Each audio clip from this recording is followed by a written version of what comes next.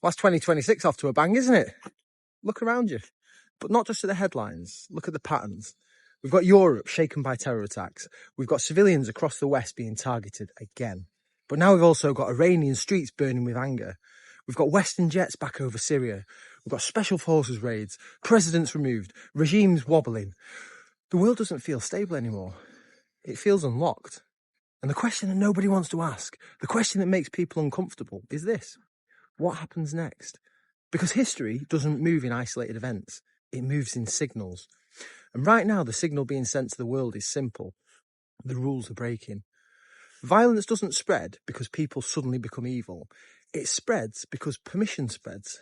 People don't copy causes, they copy justification. So when people watch presidents dragged from power, regimes challenged in the streets, borders ignored, force rewarded with attention, something subtle but dangerous happens in the human mind. The question shifts from, is this allowed, to, is this what time it is now? And this is when things can really turn dark. Because when strong leadership acts decisively on the world stage, it may deter enemies abroad, but it can also embolden minds at home.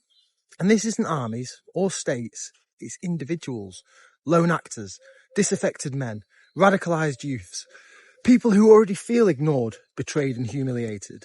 And they don't study geopolitics. They don't read the nuance. They see one thing: that action works. Look at Iran. We've got millions of people risking everything against a hated regime. To many, they are heroes. And in their context, that may be true. But ask the dangerous question: what happens when people across the West watch that unfold? When they ask themselves, well, if they're justified in the streets, why aren't we? If force is moral there, why is it criminal here? If history is being written by fire, why should I stay silent? And that's how moral boundaries blur. Not through reason, but through narrative and story. And stories travel faster than truth. Western societies are already fractured. We've got low trust, cultural division, information warfare, echo chambers feeding anger back to itself. People don't feel represented, they don't feel protected, and they don't feel heard.